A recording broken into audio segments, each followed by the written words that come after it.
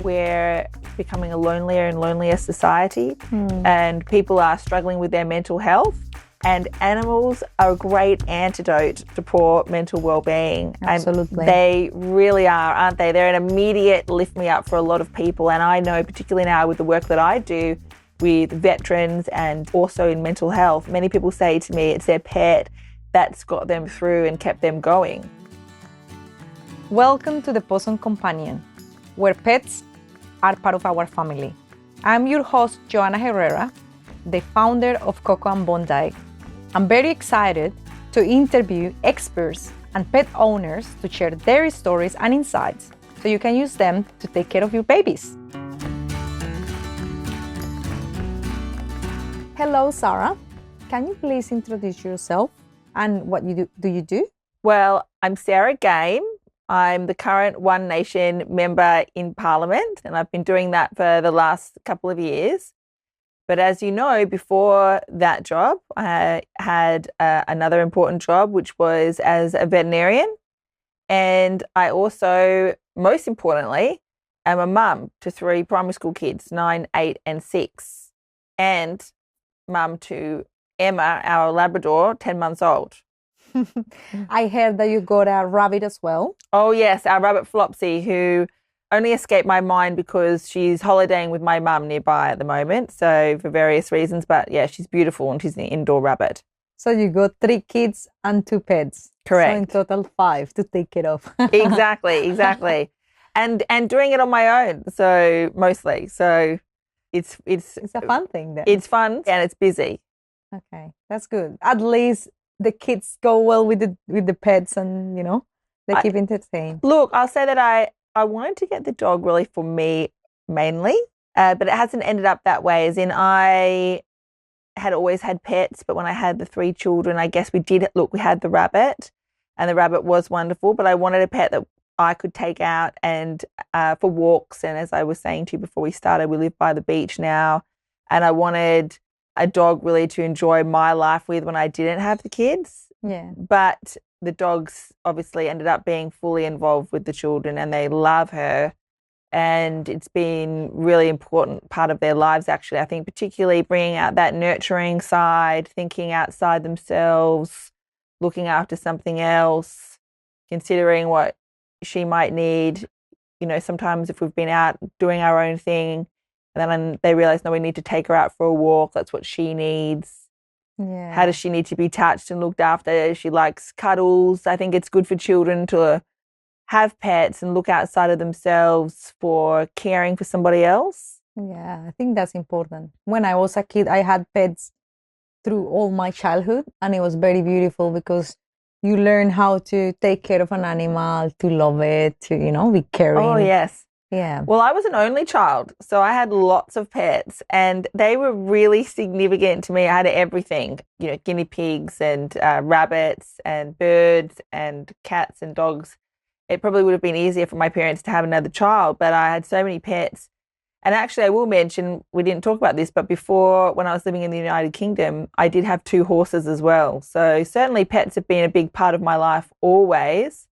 But when I had the 3 children, there was a time where we didn't have any animals. And so I think getting the dog for me was an important part of restoring that companionship. Yeah, I know. That's very important. I would like to ask you more about some funny things that you were talking about earlier about your pet. Yes. You were talking about that you have done some videos with your pet. Oh, yes. So tell me about it. I'm not a big sport watcher.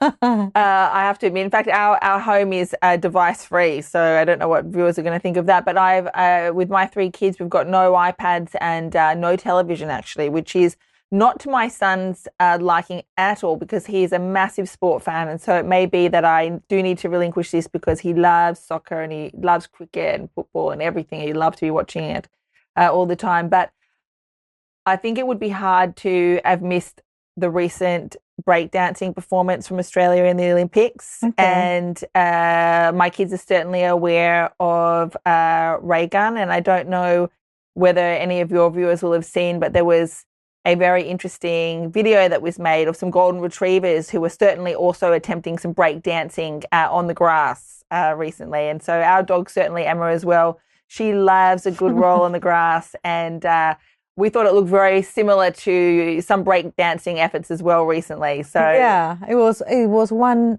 funny one that was like an Australian dance, and then it was a doggy like yes, trying to do the same thing. exactly. And I thought they looked good, those golden retrievers. They really had some moves, and so we do feel Emma is also up at that same level as those golden retrievers. That's fun. So, what about your rabbit?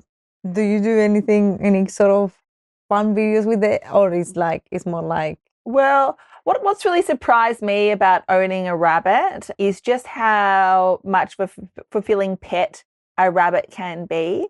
And we were talking earlier about rabbits are so built in to be prey animals, the positioning of their eyes on the side of their head to always be looking out for a predator.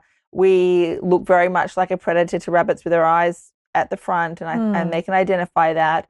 And many people will own rabbits, and I think if they're kept outside and not frequently interacted with, that rabbit still shows those flight responses, even though there is that affectionate bond with the owner as well. But we've found with our rabbit, who's largely been kept inside, that, and it's been so interesting to me to see all of those prey responses just disappear. I mean, she's very happy to lay tummy up, legs back on a cushion, relaxing in a living room with 3 primary school children running around. And I find that amazing, the level of noise and the lack of fear from this rabbit, but she just feels she's just part of it. yeah. And what about the dog? How the dog acts around the rabbit? The dog and the rabbit, I have not mixed the dog and the rabbit. The dog and the rabbit. That's good. Yeah, no, for me, it's not worth the risk, as we're talking about rabbits being more fragile. I mean, we have a big outdoor hutch when the rabbit does go outside, and the dog and the rabbit do interact through the wires. It's very secure. The dog is very friendly in that environment, but I wouldn't trust her without that. I had an experience with that. Like when I was a child, I remember we used to have a rabbit as well. And accidentally, we left the rabbit out of the cage. Yes. And the dog was playing with the rabbit the whole day, licking the rabbit and running around, like following the rabbit. When we realized the rabbit at the end of the night, when we came back, was fine. But probably she was so overexcited that the day after, she just died. Because I think she was like, they do get, I think they can get shocked and frightened more easily than people can realize. And so, yes, I think they do need their space. In saying that, I think our rabbit Flopsy feels very secure, both within her family position and also in her cage, because what surprises me is that Emma, who's a chocolate Labrador, will come right up to that cage, bark at her, and Flopsy comes right up. She doesn't hide. She comes right up and has a good look at the dog, and a little bit of a face-off. So I think that's very interesting from a small rabbit. She doesn't seem to know her size and very secure in her position in the family. Yeah, very, very strong animal. I think they are friends already. The thing is, like, obviously in their own way. In their own way, I would say that our dog, I think, is lonelier when the rabbit is not outside, and they do like to see that other being there for companionship. And so there's a level of friendship there. Yeah, that's cute. Yeah, very cute. So now that you mentioned that you were a veterinarian before, how long ago was that, and why you are not still working in that industry? So, well, straight after school, I went to the University of Sydney, obtained my veterinary degree, as I said to you, and I also did a year of research on the black rhinoceros. And really, I worked I'm 41 now, so in my early 20s I would have finished university, and I really worked as a veterinarian for most of my career. There was a few years where I was a high school teacher with disadvantaged children, but mainly I worked as a veterinarian. I did take a career break when I had my small children, but I was very interested in reestablishing that job, which I did, and I did enjoy it very much in terms of trying to do something meaningful. And probably as time went on, I got more and more meaning actually out of interacting with the clients. I really enjoyed interacting with people and caring about the people that came in with their pet, not just the pet. Yeah. But I worked as a veterinarian right up until I got elected a couple of years ago. So the day before I was vaccinating dogs and cats, and then the next day the election results came out and I was in Parliament. Okay, wow. So I heard that you are doing a project right now around like talking about beds and protection and all of that. Can you deep a little bit more about that? That's right. I think my experience in the veterinary industry was in many ways positive. I don't know whether I would have stayed in it anyway if this opportunity hadn't come up for me, but it's a very difficult profession. I think that's getting more widely known. I don't think it's wide enough known, and I don't think people understand what's going on for veterinarians that well still. But veterinarians have a very high suicide rate. It's 4 times higher than the general population, and it's 2 times higher than other demanding professions like doctors and dentists. So I think we need to start asking questions about why that's going on and get to the bottom of that. Many veterinarians are leaving the profession when you think that it's incredibly hard to get into veterinary science. It's a very long degree. You're dealing with bright people who are very determined and quite resilient. For so many of them to want to leave the veterinary profession within a few years of starting, or certainly within 5 years, I think it might be as high as 50% have either left or are thinking about leaving. That signals that there's a very significant problem in the veterinary profession. I didn't think really that I'd ever be able to do anything about that, but suddenly I find myself in a very privileged position in Parliament where I've been able to put forward into Parliament a proposal to have an inquiry into what is going on in the workplace that is leading to so many vets' poor mental health and poor work retention rates. I've spoken with the Premier about that proposal. He's very positive, and so at this stage I'm fairly confident that we'll end up with a veterinary inquiry in this state.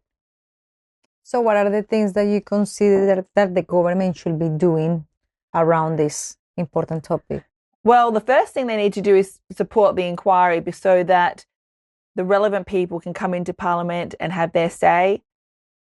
Veterinarians work very long hours for very poor pay. I think anything that the government can do to allow those people to be heard and to actually educate the public about what their local veterinarian might be going through. I said to you off air that people love their pets and need to love their vets.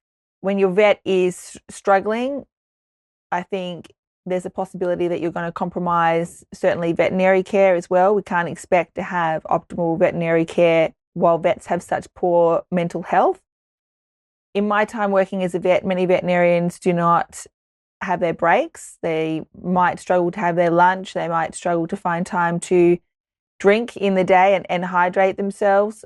I think people don't realize that the veterinarian that they drop their dog off to early before work might be the same veterinarian that's there at the end of the day when that business is closing, may well be the same veterinarian, particularly if they're the owner, that's on call that night, and that veterinarian may well also work the weekend. So I think the combination of very long hours and very poor pay is something that needs to be looked at, and I think we need client education around that, because many people see the very expensive fees that they pay and they don't understand that that's not translating into high wages for vets. Yeah. Those are some of the things that people complain about. Yes. Because I have heard like that people, they are actually not sure how many times they have to take the dogs to the vet because they are thinking, oh, those are very expensive, Yes. fees that we have to pay.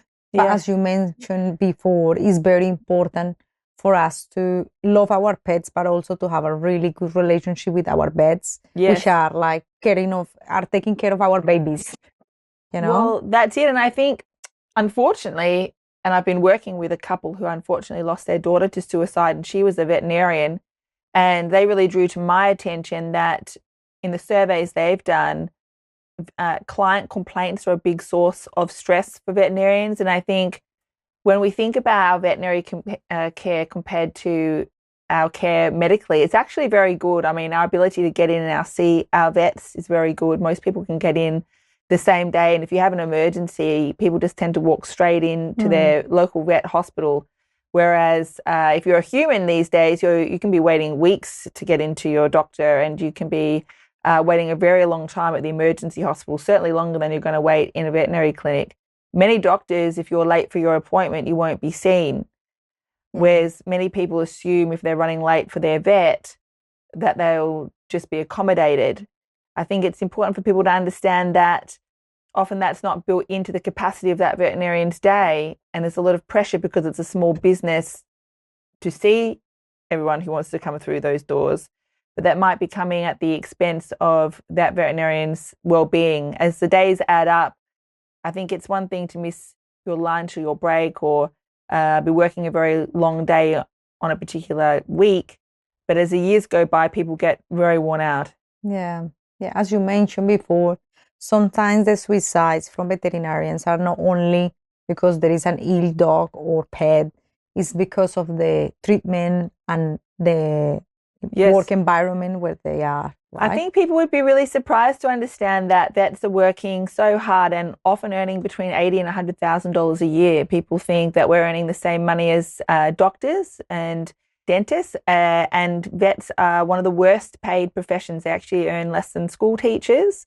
And so when we're thinking about those stresses, I think that the long hours with the poor pay and the high stress environment means that it's very difficult for veterinarians to manage the rest of their lives, either to manage their relationships with their partner or manage their children in the way that they want to, or just in fact afford life in the cost of living crisis. So I think it's the strain in the rest of their lives that end up becoming the ultimate factor. That's my own theory, because work is so dominating. So I really hope to see vets find a way to be better reimbursed for the level of study that they've done, the hours they're putting in, the expertise that they're delivering, and hopefully to work more manageable hours.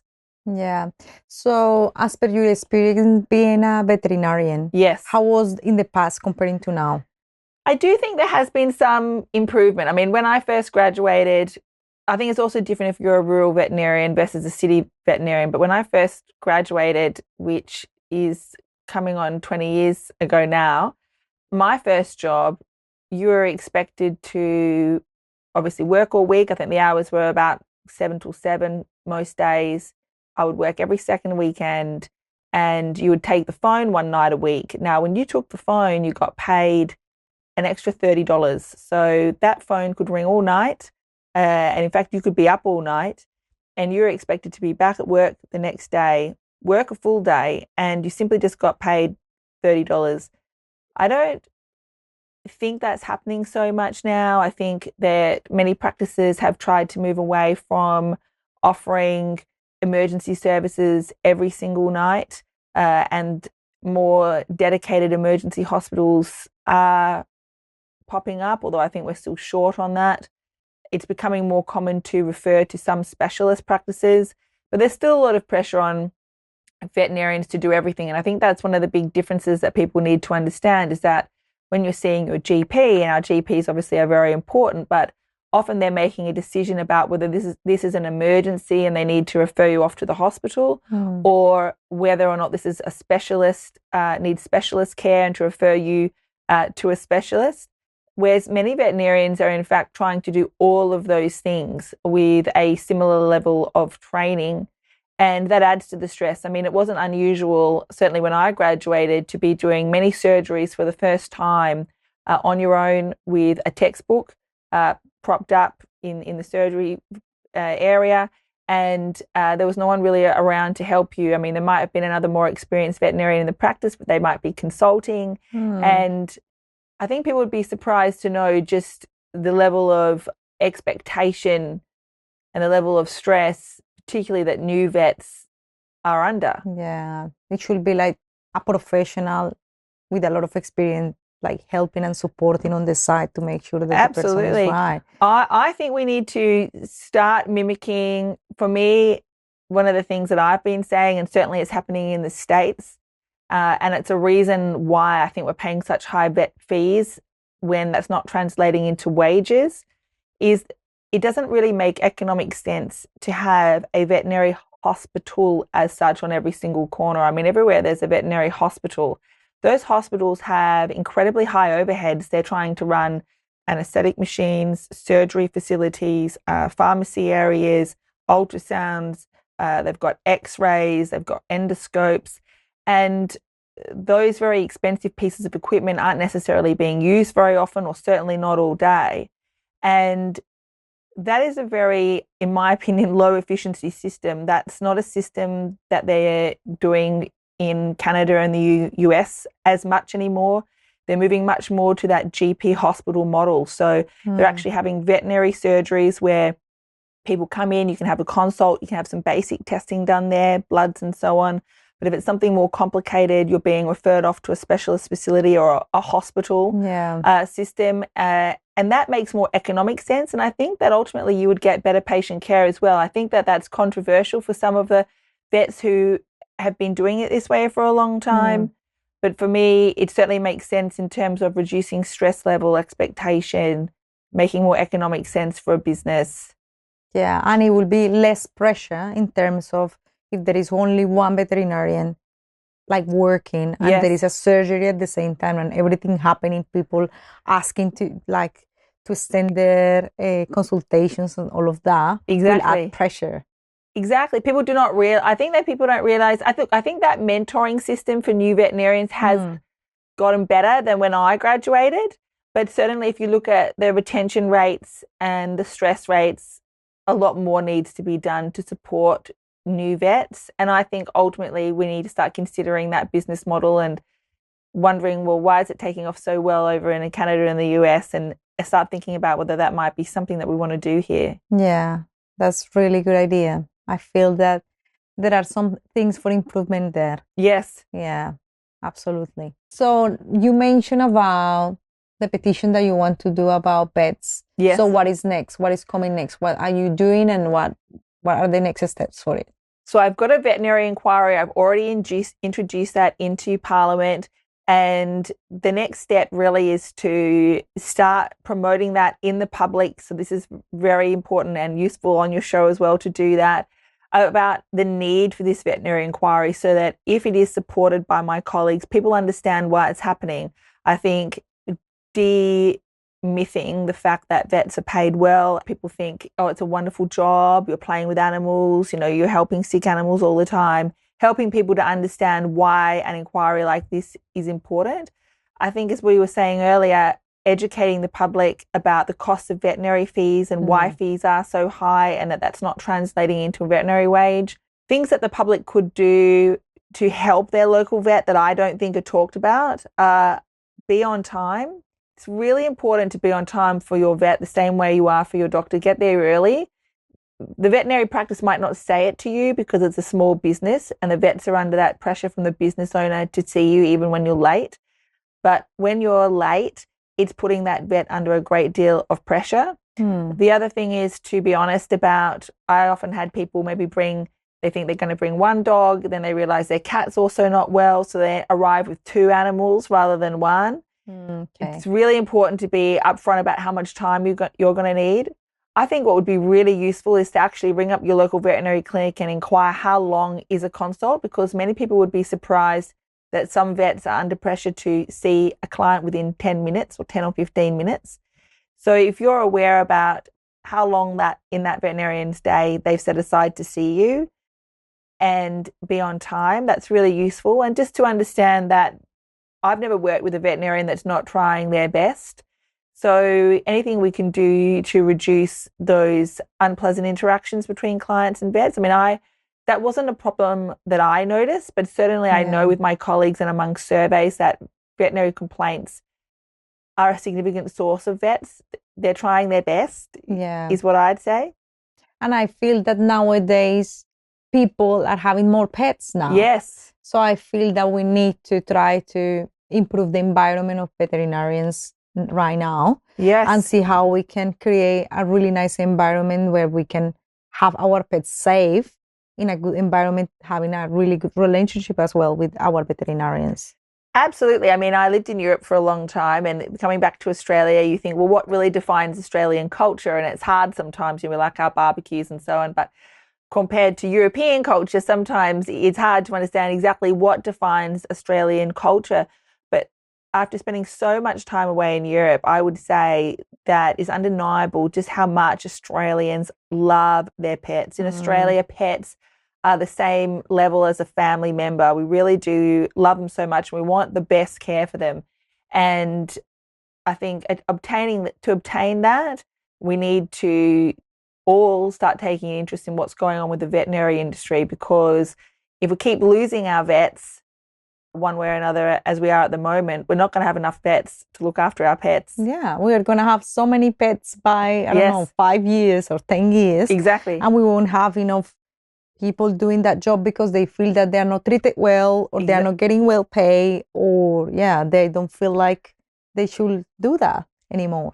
Exactly. It's certainly the hardest job I've ever had. I mean, as I was saying to you earlier, people tell me now, and it's interesting now that I've become a politician in Parliament, all the comments about how hard it must be, and it must be for such long hours, it must be so difficult, and how I managed that transition. And as I said to you, it's been an easy transition compared to working in the veterinary industry. There was such huge inflexibility working as a veterinarian. Almost every moment of your day is scheduled and totally unflexible. There's demands on you all the time, and the level of pay is very unrewarding. So I have huge admiration for my colleagues who have survived the veterinary industry and are still in the veterinary industry. And I hope that the conditions can be improved for them. Yeah. So now I would like to hear the positive things that you can give to like a young person that wants to become a veterinarian. Like, what are the things that you are like, okay, these are the problems. Yes. We are trying to fix them. Yes. But this is the good things that you should look at, like getting into this beautiful profession. You're right. And so, look, I do miss and love, those puppy vaccinations when people would come in with their new puppy or their new kitten. I think that's a real joy and a great privilege. I remember people would come in and they'd be holding this gorgeous little puppy, and I would think to myself, you'd look over it and assess that everything was okay before vaccinating them. And I used to just love holding them and keeping them under my arm while typing on the computer one-handed and doing the bill up. And I think that's a real privilege. Not many people, when you go to work, are going to have the joy of interacting with animals. It's such a pleasure. Animals are so innocent and dear. And even when you'd be out in the back dealing with your hospital patient, sometimes that's very tricky, and sometimes the patient isn't happy. But a lot of the time, they're so dear, and being able to have a cuddle or a pat or a sweet moment with those patients, it's incredibly rewarding. And being able to have the opportunity to achieve something in your day. I mean, I certainly notice that now being a politician. Politics can be such a slow game. It can take so long to feel that you're making any difference or any opportunity. It wasn't like that in the veterinary industry. Most days you could come home and feel that you'd done something positive and contributed to people and their animals. What would you say to those people, like pet owners? Yes. Like, in regards to your petition, do you need any help from pet owners, or what is this sort of involvement that you want them to take action on? I just think pet owners, when they find out about the petition or the inquiry rather, that they support it and that they support their vet and they feel positive about the use of government time and investment in this way. Because one topic that we haven't really touched on, but it's also really important, is in society at the moment, we're becoming a lonelier and lonelier society, and people are struggling with their mental health, and animals are a great antidote to poor mental well-being. Absolutely. And they really are, aren't they? They're an immediate lift-me-up for a lot of people. And I know, particularly now with the work that I do with veterans and also in mental health, many people say to me it's their pet that's got them through and kept them going. Yeah, and I think there are pets that are specifically for people that have stress problem or mental problems, that those pets help them to get through it. Yes. With their support. Oh, absolutely. I mean, some of these veterans who've had significant trauma when they've been deployed, it's been these specially trained mental health dogs that have helped them to live life again and to manage. Yeah. Pets are beautiful.